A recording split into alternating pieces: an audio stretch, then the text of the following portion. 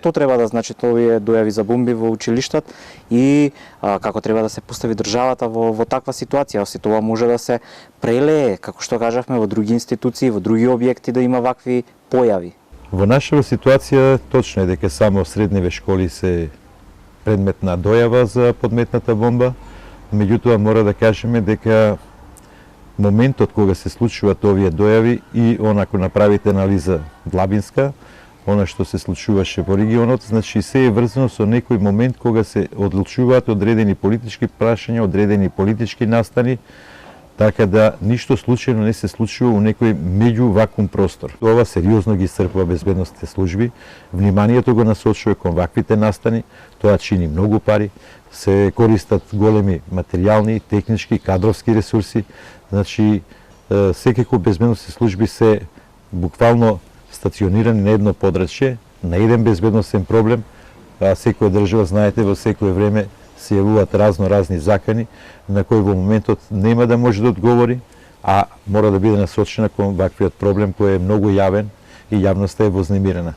Секако целта им е на овие лица, да кажеме предпоставено дека се хакери, мора да се хакери, бидејќи ова не може секој да го направи, да го одвлече вниманието во општеството од одредени настани, еден од мотивите може да биде, од друга страна да внесе немир во самото население, бидејќи тука многу важно е и вклучување на медиумите. Целта на секоја терористичка организација е што повеќе таквите настани, ова е хибриден, да кажем, терористички акт, вниманието да го одвлече, односно кон општеството да создаде нервоза, немир, иако гледаме дека сите и во регионот и овдека до сега барем сите беа лажни дојави. Дали има начин како да се превенираат сите овие појави, како да се спречи да се случуваат во иднина, не само во училишта, туку и во други институции или објекти?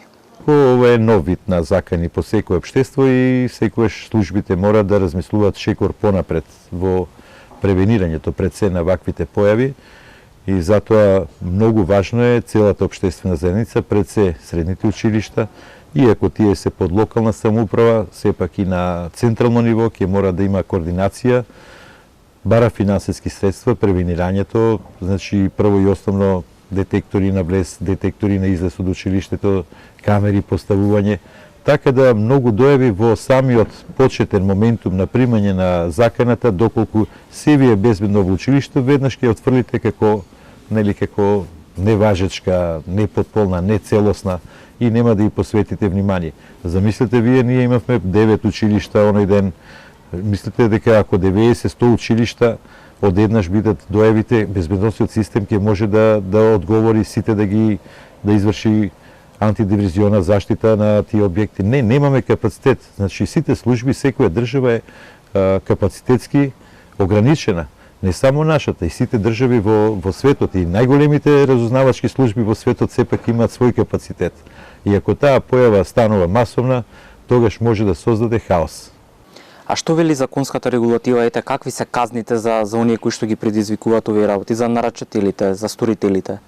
Значи, во последно време не сум, бидејќи ова нова појава не се посветив на казнениот дел, меѓутоа секојаш велам дека ваквите, а гледам и нашата научна јавност во досегашните интервјуа кои ги следам од колегите, оди со тоа да се заостри казнена политика кон ваквите сторители, затоа што индиректно нанесуваат сериозни штети по општеството. Иако не доаѓа до експлозија, иако не доаѓа до жртви, меѓутоа сериозно психички. Психичкото е многу потешко од она што е физичкото, така да и јас сум застапник на тезата дека е потребно што построги санкции со цел она да го постигнеме репресија во функција на превенција. Ви благодарам за овој разговор, господине Пивоваров. Благодарам на поканата.